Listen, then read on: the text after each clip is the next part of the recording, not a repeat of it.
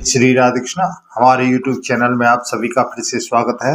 दोस्तों, कार्तिक मास महात्म कथा का आज आपको हम 5वां अध्याय यानी 5वें दिन की कथा सुना रहे हैं। जो भी व्यक्ति इस कथा को सुनता है और कार्तिक महीने में स्नान, दान, तप आदि करता है, उसकी मनोकामना अवश्य पूर्ण होती है। धन की प्राप्ति होती है, पुत्र की प्राप्ति होती है, सुख समृद्धि की प्राप्ति होती है और भी मनोकामनाएं जो होती हैं वह सब पूर्ण होती हैं। कार्तिक मास का महीना भगवान विष्णु को बहुत ही प्रिय लगता है।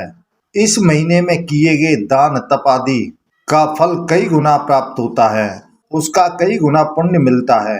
तो दोस्तों, आज हम आपको 5वें दिन की कथा का श्रवण कराए। उससे पहले जो भी नए सदस्य हमारे इस वीडियो को देख रहे हैं, जिन्होंने अभी तक चैनल को सब्सक्राइब नहीं किया है, कृपया चैनल को सब्सक्राइब करें, लाइक करें, शेयर करें और बगल में बेल आइकन बटन दबाना ना भूलें, जिससे हम जो भी वीडियो बनाएं उन सभी का नोटिफिकेशन आपके पास में पहुंचे और हमारी सभी वीडियो का आपको लाभ मिले। बोलो गुरुदेव भगवान की जय, बोलो विष्णु भगवान की जय, बोलो व्यास जी महाराज की जय। गुरुर्ब्रह्मा गुरुर्विष्णु गुरुर्देवो महेश्वरा, गुरुर् साक्षात् परब्रह्म तस्मै श्री गुरवे नमः। अखंड मंडलाकारं व्याप्तं येन चराचरं तत्पदं दर्शितं येन तस्मै श्री गुरवे नमः। कृष्णं नारायणं वन्दे कृष्णं वन्दे व्रजप्रियं, कृष्णं द्वैपायनं वन्दे कृष्णं वन्दे वृथासुतं। बोलो नारायण वासुदेव भगवान की जय। प्रभु मुझे सहारा है तेरा, जग के पालनहार। कार्तिक मास महात्म की कथा करूं विस्तार। सियावर राम जय जय राम, मेरे प्रभु राम जय जय राम। करो कल्याण राजा राम। राजा पृथु बोले कि हे नारद जी, आपने कार्तिक मास में स्नान का फल कहा है, अब अन्य मासों में विधि पूर्वक स्नान करने की विधि, नियम और उद्यापन की विधि भी बतलाइए। वह किस प्रकार की जाती है, किस प्रकार उन महीनों में स्नान करना चाहिए और उसके क्या क्या नियम हैं, वह संपूर्ण विस्तार से आप मुझे बतलाइए। देवर्षि नारद ने कहा कि हे राजन, आप भगवान विष्णु के अंश से उत्पन्न हुए हैं, अतः यह बात आपको ज्ञात ही है कि फिर भी आपको यथाचित विधान बतलाता हूँ कि उसे किस प्रकार करना चाहिए। आश्विन माह में किस शुक्ल पक्ष की एकादशी से कार्तिक के व्रत करने चाहिए। ब्रह्म मुहूर्त में उठकर जल का पात्र लेकर गांव से बाहर पूरब अथवा उत्तर दिशा में जाना चाहिए। दिन में या सायंकाल में जो व्यक्ति जनेऊ धारण करते हैं, वह कान में जनेऊ चढ़ाकर पृथ्वी पर घास बिछाकर सिर को पवित्र वस्त्र से ढक करके मुंह को भली भांति बंद करके थूक या सांस को रोक करके मल व मूत्र का त्याग करना चाहिए। लेकिन सांस इतनी देर रुक नहीं पाती है, तो इसलिए थूकना नहीं चाहिए। थूक को बिल्कुल रोक करके मल मूत्र का त्याग करना चाहिए।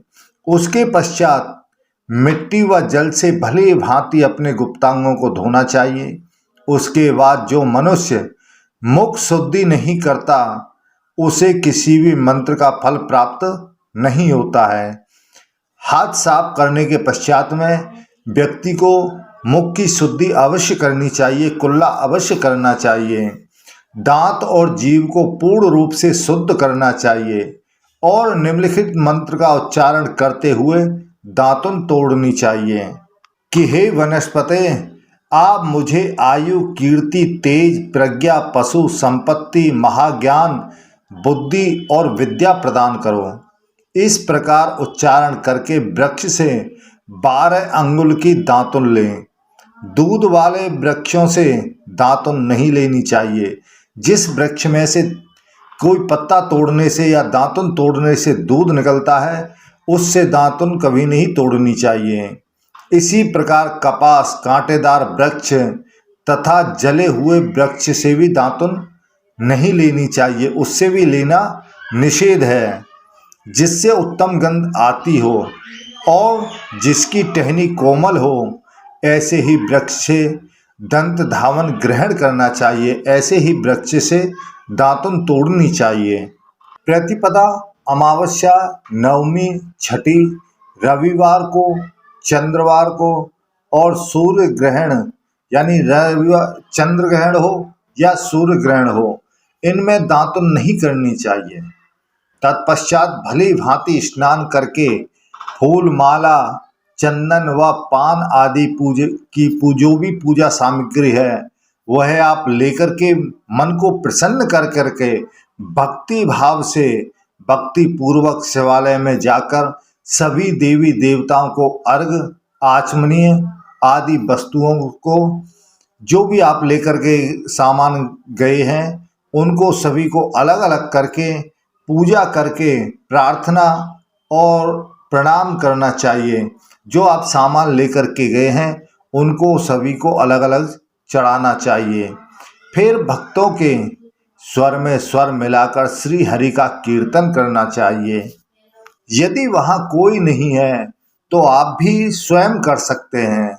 मंदिर में जो गायक भगवान श्री हरि का कीर्तन करने आए हों उनका माला, चंदन, तांबूल आदि से पूजन करने चाहिए, क्योंकि देवालयों में भगवान विष्णु को अपनी तपस्या, योग और दान द्वारा प्रसन्न करते थे। परंतु कलयुग में भगवत गुणगान को ही भगवान श्री हरि को प्रसन्न करने का एकमात्र साधन माना गया है। जो भी भगवान का भक्ति भाव से प्रेम पूर्वक भगवान का स्मरण करते हैं, उनके नाम का कीर्तन करते हैं, उन्हीं से भगवान प्रसन्न होते हैं। तो इसलिए उनका आदर सत्कार अवश्य करना चाहिए, तभी आपको पूजा का फल प्राप्त होगा। नारद जी राजा पृथु से बोले कि हे राजन, एक बार मैंने भगवान से पूछा कि हे प्रभु, आप सबसे अधिक कहाँ निवास करते हैं? इसका उत्तर देते हुए भगवान ने कहा कि हे नारद, मैं बैकुंठ या योगियों के हृदय में निवास करता हूँ,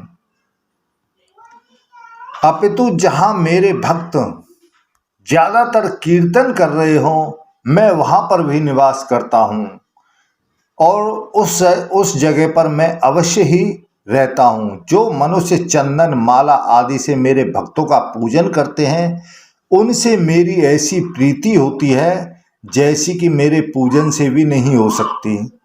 नारद जी ने फिर कहा कि शिरीष, धतूरा, गिरजा, चमेली, केसर, कंधार और कटहल के फूलों व चावलों से भगवान विष्णु की पूजा नहीं करनी चाहिए।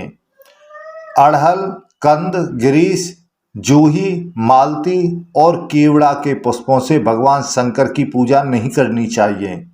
जिन देवताओं की पूजा में जो फूल निर्दिष्ट हैं उन्हीं से उनका पूजन करना चाहिए।